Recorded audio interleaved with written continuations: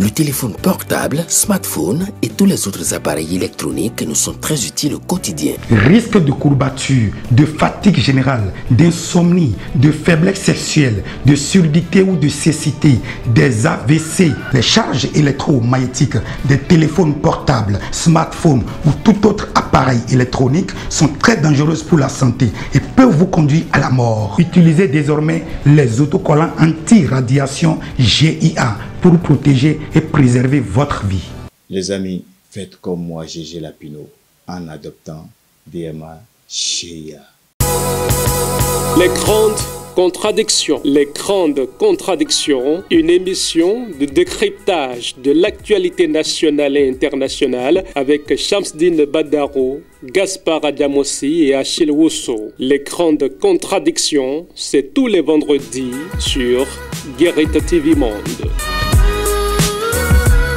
Mesdames et messieurs, bienvenue dans cette émission dénommée Les Grandes Contradictions qui décrypte l'actualité sous toutes ses facettes. Ce vendredi 29 novembre 2024, nous abordons des sujets qui agitent l'opinion publique, la réaction ferme du ministre de l'Intérieur face aux bavures policières, l'audit de la liste électorale et les tractations politiques qui en découlent, ou encore l'entrée en politique de l'ancien syndicaliste Noël Chadaré. Nous parlerons également de l'évolution des relations diplomatiques entre le Niger et le Bénin avec la nomination d'un ambassadeur, sans oublier notre segment, le baromètre de la semaine pour une lecture fine des tendances actuelles. Et pour commencer, place à votre rubrique La rue opine, qui met en lumière les faits de société et donne la parole aux citoyens. Restez avec nous pour des analyses approfondies et des échanges dynamiques. On se retrouve juste après la vidéo. Vous organisez un mariage, un anniversaire, un baptême, un séminaire, un spectacle, un meeting politique ou tout autre événement, Guérite TV Monde vous propose un service de sonorisation professionnelle de meilleure qualité. Pour plus d'informations, contactez-nous au +229 91 19 10 10. Guérite TV Monde, le leader des web TV.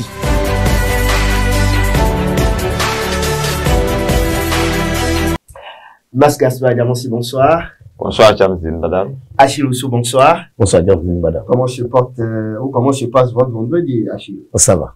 On rend grâce à Dieu. Gaspard Adjamossi est de votre côté. Ça y est. Ah oui. Vous avez pris part chez votre coiffeur avant de venir. Et ça fait plaisir. Je commence avec vous, Gaspard Adjamossi. Le premier sujet, comme je le disais tantôt dans l'introduction, la rue opine, un sujet proposé par Faouzia Sefou. Informeriez-vous votre ami, ou d'une infidélité de son ou de sa partenaire si vous en étiez témoin? Ça dépend du degré d'amitié que j'ai avec la personne en question, parce qu'il y a ami et ami. Bon, c'est difficile à dire. Ami simple et ami composé, vous voulez dire? Oui, non, il y a des gens avec qui on est ami. Bon, ce n'est pas si profond que ça. Et de toutes les façons, dans le cas d'espèce, c'est toujours difficile parce que, d'abord, ça dépend également de comment vous avez pu observer la supposée infidélité, et dans quelle posture vous avez vu. Et ça dépend aussi de comment vous connaissez votre ami en question, parce qu'il y a des gens donc vous à qui infidélité à la Bataza, si vous voulez. Pour que le sujet soit bien. Non, à la Balthazar, tu n'as pas besoin d'informer parce que c'est le monde entier qui voit. Et donc, non, c'est-à-dire, il faut aussi... L'autre diffuser, quoi. Voilà, oui. Donc, je vois la vidéo. Bon, ça va être compliqué parce que, comme je l'ai dit ici la dernière fois, si c'est des gens comme moi, comme le téléphone va en souffrir, celui qui me le dira aussi peut en souffrir. Et donc, c'est un sujet délicat. Oui, non, c'est très délicat. Et puis, il faut connaître aussi la personnalité de l'ami en question pour savoir si c'est des gens qui acceptent facilement la vérité ou la réalité et des faits, et voir l'impact que cette vérité peut avoir également sur l'ami, donc prendre des précautions. Mais je pense que, par rapport moi, à ma personnalité, je pense que je ne le lui dirai pas. directement, quel que soit le degré d'amitié que j'ai avec la personne, mais j'essaierai d'attirer son attention pour qu'il découvre par lui-même cette infidélité. C'est pas évident que je vienne lui dire, écoute, cher ami, j'ai surpris ta femme ou ton mari est en train de faire telle chose, mais je trouverai peut-être la formule pour l'aider à découvrir lui-même la réalité ou elle-même la réalité. Et dans la Bible, ça dit quoi? Je n'ai pas, oui, mais je n'ai pas lu la Bible jusqu'à ce niveau-là.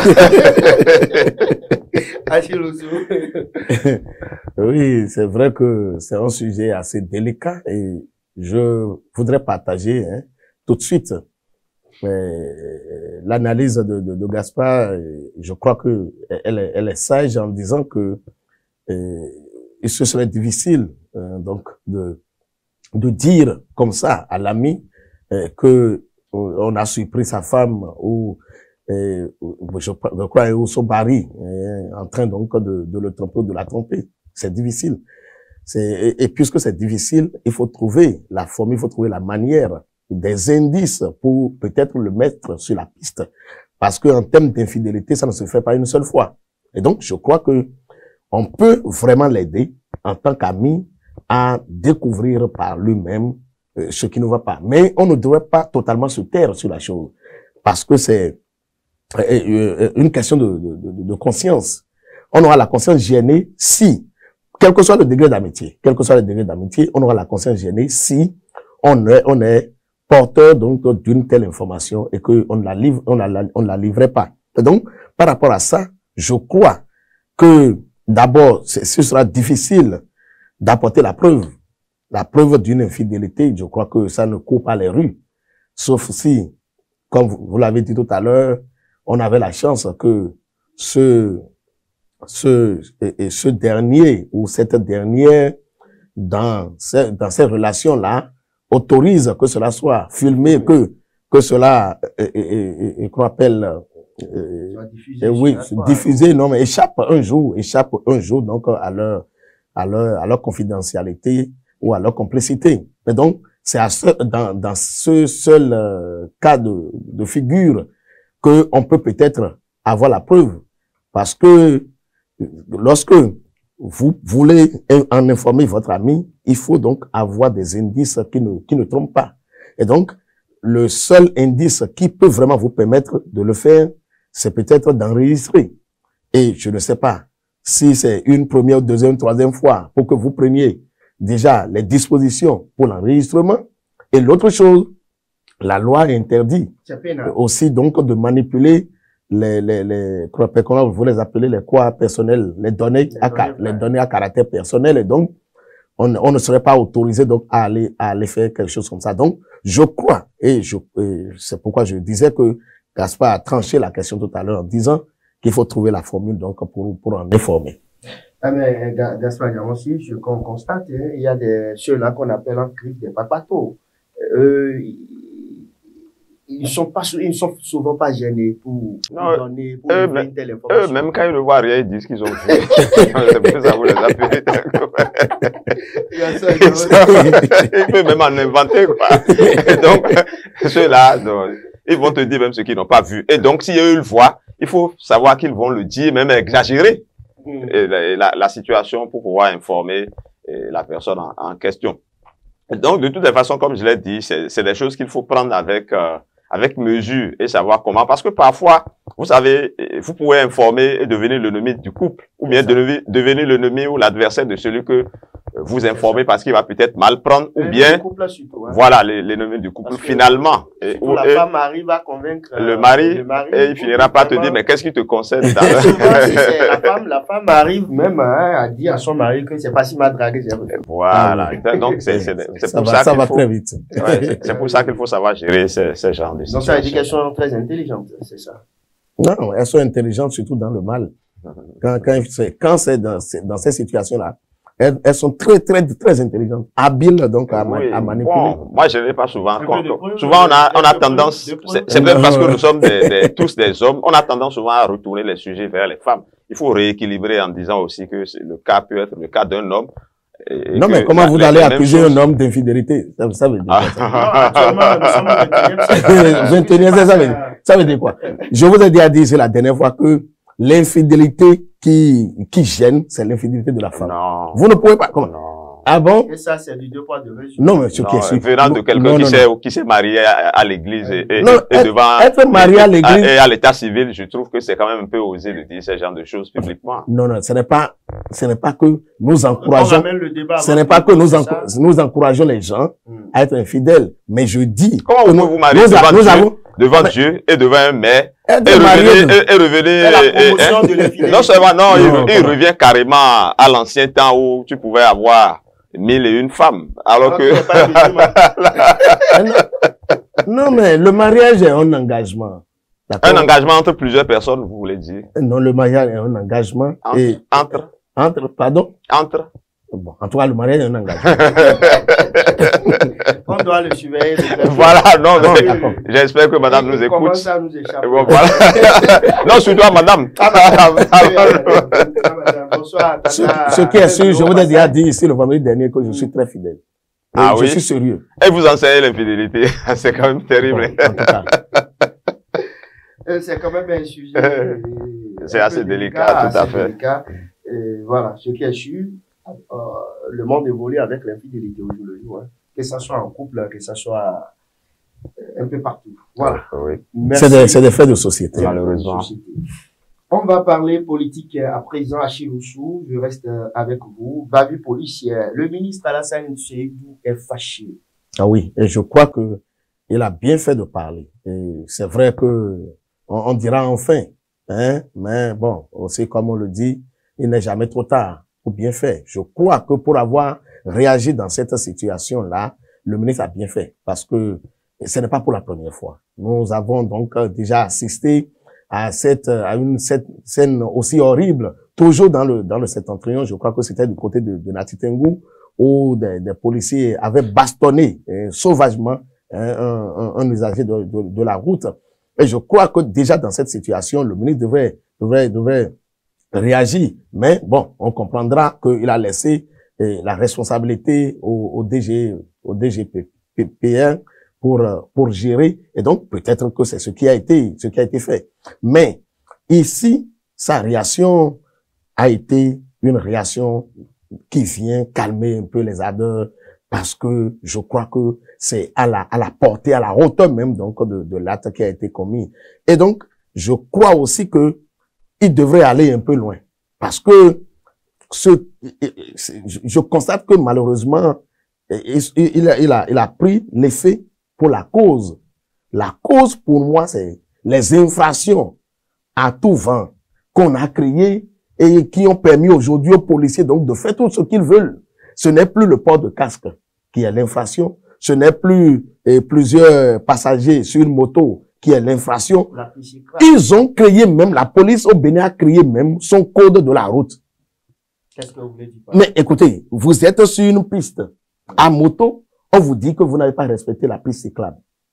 Je me demande même si on en a au Bénin, ce qu'on appelle piste cyclable. Maintenant, vous êtes sur une piste où la voie, les lignes sont discontinues sur la chaussée. On vous dit que vous n'avez pas l'autorisation de faire un dépassement. Et on se pose 1001 questions. Et c'est leur parole contre la vôtre. Ce qui est encore plus curieux, c'est que lorsqu'ils vous voient, vous devez vous aligner comme des cannes allant à la rivière, l'un derrière l'autre. Si jamais on constate que vous avez décalé un peu, on dit que vous n'avez pas respecté la piste. Et de ces choses-là, et les populations réagissent, mais les contre-réactions viennent à retardement. Heureusement que le ministre a réagi, mais je voudrais dire de dire à ces policiers d'arrêter avec donc cette taquinerie, parce que ça n'a plus de sens. Pour vous, c'est une pagaille. Non, c'est de la pagaille. C'est de la pagaille. Disons-le clairement, c'est de la pagaille. La police républicaine. J'espère que vous aussi, vous arrivez à respecter. Non, mais c'est la moindre. Non, c'est la moindre des choses. C'est la moindre des choses, mais qu'on n'invente pas un code qui n'existe pas. Parce que ici, mais comment ici au 229, quand on dénonce de cette manière, oui. Après mais comment vous pouvez comprendre que sur même des pavés, on vous dit que vous n'avez pas respecté la piste cyclable. Sur pavé. Vous en avez la preuve.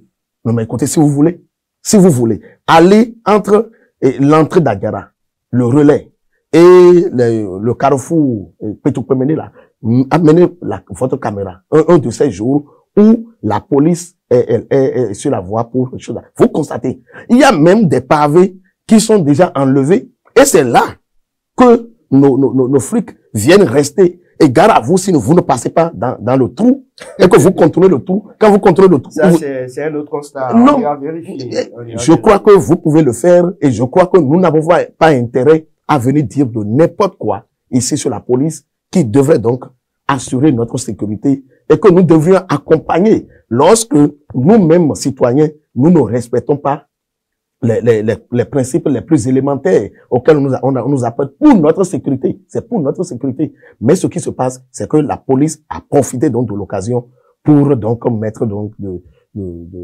pour semer donc de n'importe quoi dans la République. Disons-le clairement. Gaspard Diamossi, à travers la réaction du ministre Alassane Seydou, est-ce que vous ne voyez pas la colère du chef de l'État derrière?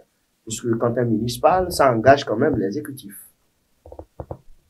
Oui, en attendant la réaction du chef de l'État lui-même, peut-être qu'on peut voir sa colère derrière la colère du ministre de l'Intérieur. Mais je ne voudrais pas que, par rapport à ce que nous disons ici, que les gens pensent que c'est une cabale contre la police républicaine qui, par ailleurs, recèle d'éléments assez corrects qui font leur job, qui font leur travail comme il faut.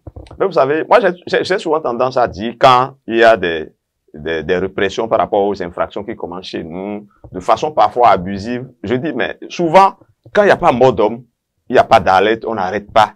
Et on n'est pas fâché, on ne tape pas du poing sur la table. Et dans le cas d'espèces, je crois qu'il y a plusieurs semaines déjà, ou même mois, où les gens se plaignent qu'on fouille les téléphones, qu'il y a fouille abusive, qu'il y a ceci, mais où on ramasse même les gens la nuit, on les fout dans les commissariats et c'est le lendemain qu'on les libère, simplement comme si de rien n'était, sous prétexte qu'on fait la chasse aux cybercriminels. Je crois qu'il y avait un abus.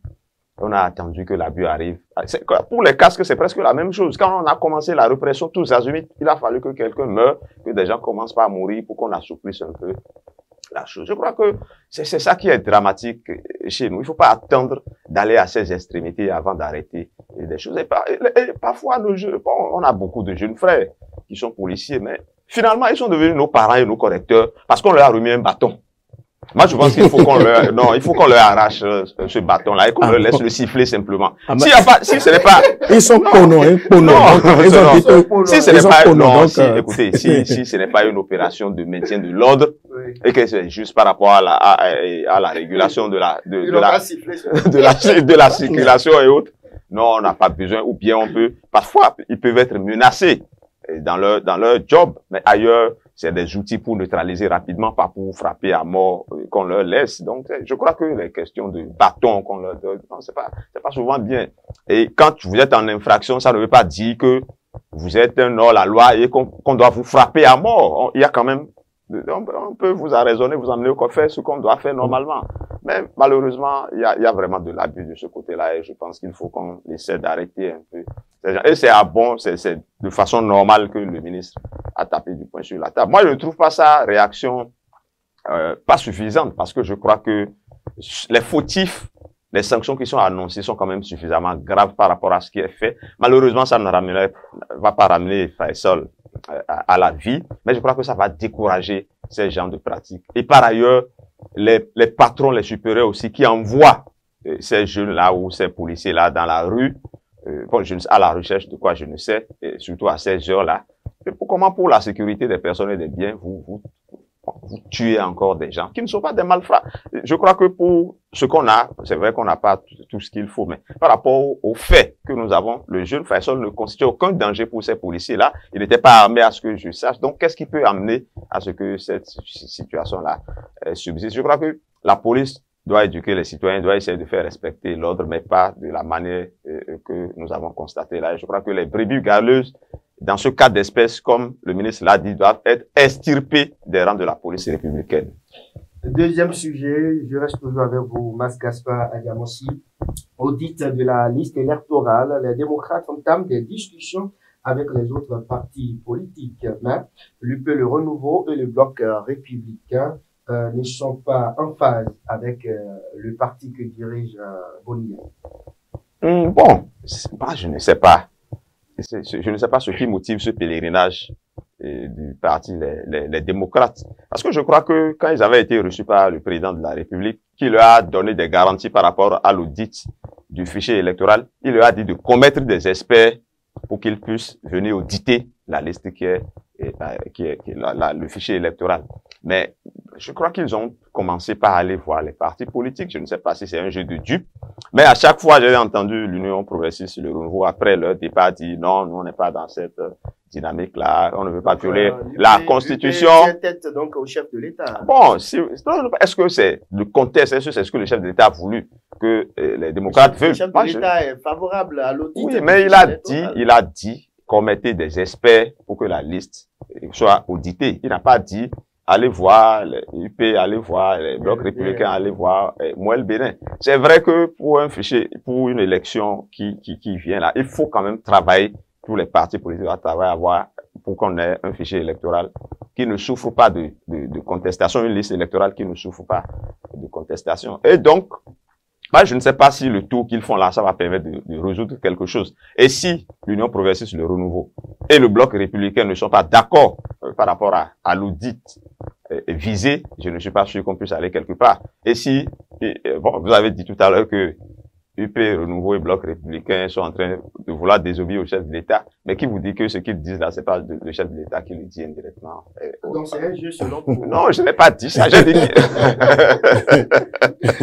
c'est suffisamment grave ce que vous dites. Non, j'ai dit qui vous dit que ce n'est pas ça. C'est une hypothèse que j'ai. Je n'ai pas, je n'ai pas été, des enfants dossiers. Je n'ai pas été affirmatif. Bon, ils peuvent être aussi, non, ils peuvent être aussi désobéis. Ils peuvent aussi désobéir au chef ces derniers temps. Bon, de toutes les façons, j'espère que s'ils font le tour de ces partis, de tout le monde, ils iront voir le véritable propriétaire pour lui dire, bon, voilà ce que nous avons entrepris de faire, parce que c'est surtout là qu'ils auront la solution à leur problème. Non, mais qui est-ce que Gaspard appelle le véritable propriétaire? Le véritable propriétaire, c'est le peuple béninois. Non, le peuple béninois n'est pas, tout le peuple béninois n'est pas membre d'un seul parti politique. Non, mais le peuple béninois, le fichier électoral appartient. Les deux partis appartiennent au chef de l'État. Est-ce que c'est de ça que nous parlons? Nous parlons donc de l'audit du fichier électoral. Et je dis que le fichier électoral appartient au peuple béninois. Et en tant que tel, donc, je crois que c'est la Sénat qui est à même, donc, de dire ce qu'on doit faire, ce qu'on ne doit pas faire. Maintenant que le chef de l'État a fait une promesse par rapport à cet audit-là, je ne sais pas si c'est une doléance ou une réclamation du parti de l'opposition, les démocrates, je crois que Gaspard vient de rappeler les propos les plus forts du chef de l'État pendant cette rencontre-là, que nous ne devons pas oublier. Qu'on mette des experts, et je suis prêt à vous donner les moyens pour le faire. Alors, mais cette randonnée-là, cette promenade, cette promenade donc des responsables du parti, les démocrates, ça servira à quoi? C'est pour aller, qu'on appelle, à quelle table de négociation? Moi, je ne sais pas. Je crois que le fichier électoral est un instrument technique, et en tant que tel, il faut trouver donc des techniciens pour apprécier donc qu'on appelle de sa fiabilité.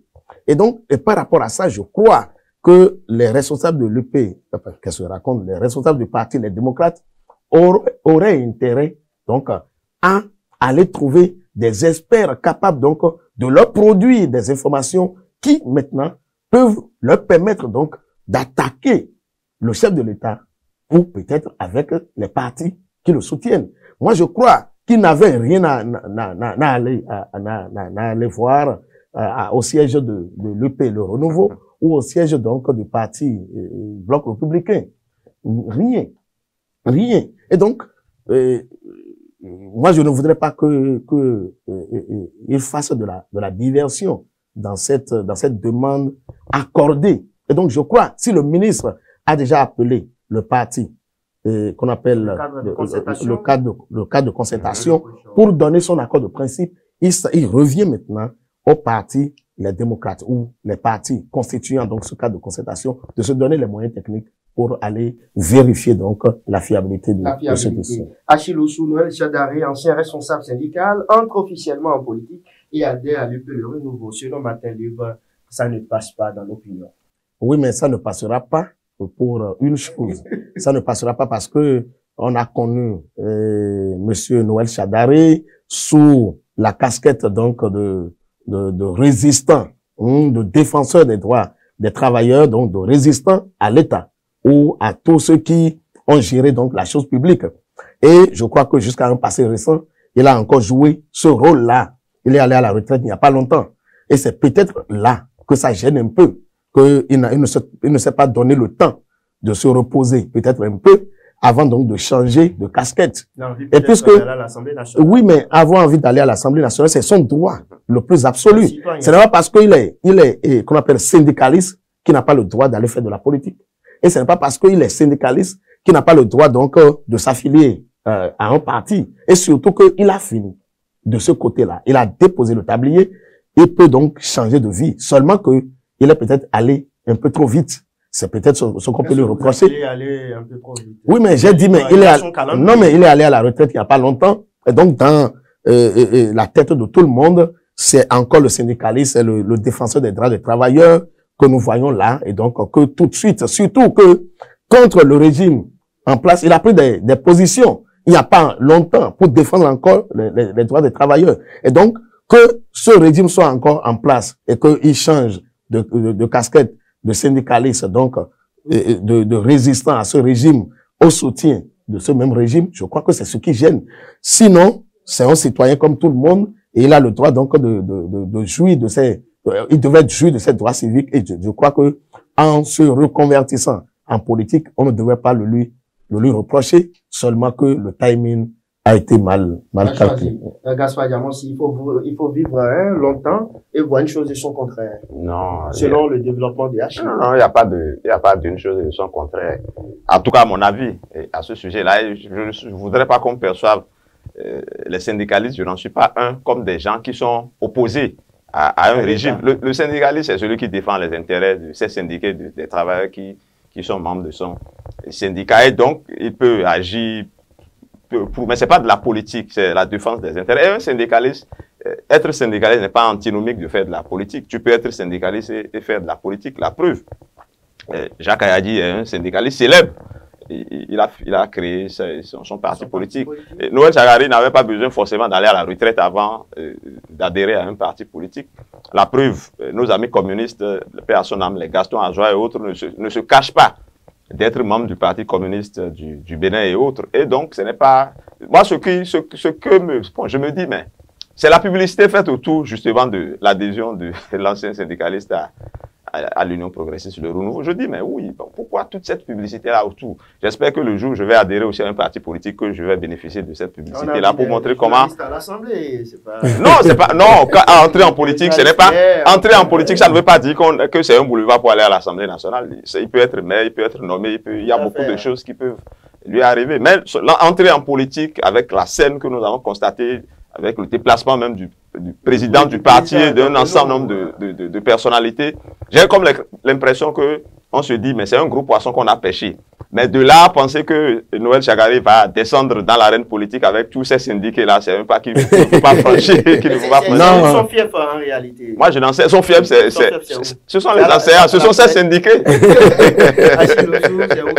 Vous connaissez sa circonscription électorale? Non, qu'on le veuille ou non, Noël Chagari est un gros poisson.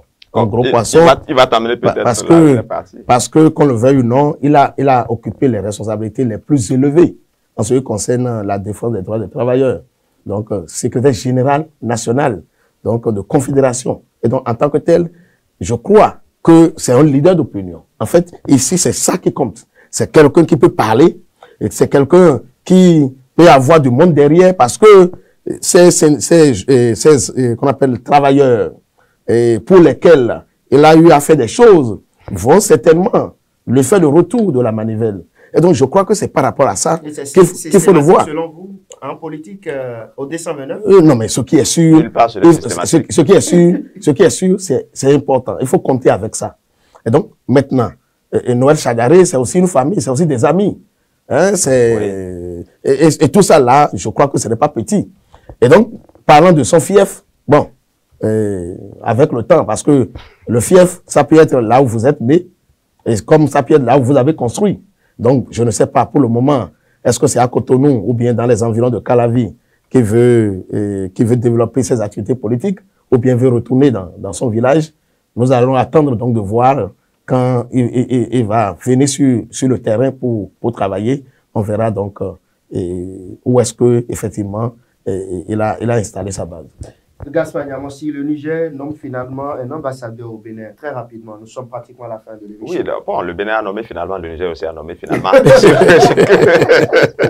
Notre souhait, c'est que tout cela aboutisse à la normalisation des relations entre les deux pays. Mais c'est de petits pas qui sont faits. On espère que ces pas-là vont aboutir quand même à une véritable normalisation. Parce qu'en réalité, je ne pense plus qu'il y ait d'animosité entre les deux chefs d'État surtout. Et entre les deux pays. Et donc, je crois qu'on tend peut-être petit à petit vers la normalité. C'est le souhait de tout le monde d'ailleurs. M. Kessu, le Bénin a déposé les armes. Le Niger n'a pas les armes en mer. Mais la frontière est toujours faible. Oui, c'est ça que nous nous comprenons. Après, l'ambassadeur va traverser quelle frontière pour venir s'installer? Mais il y a une délégation béninoise qui a séjourné et entre-temps, il n'y a pas longtemps, à Niamey. Et donc, elle a fait comment pour aller là-bas? Je crois que peut-être que c'est de la même manière que l'ambassadeur viendra être déposé ici. Bon, c'est tant mieux, hein. C'est tant mieux que nous ayons ces informations qui rassurent et qui dégonflent totalement donc ce ballon qui est déjà, je crois, déjà trop choses.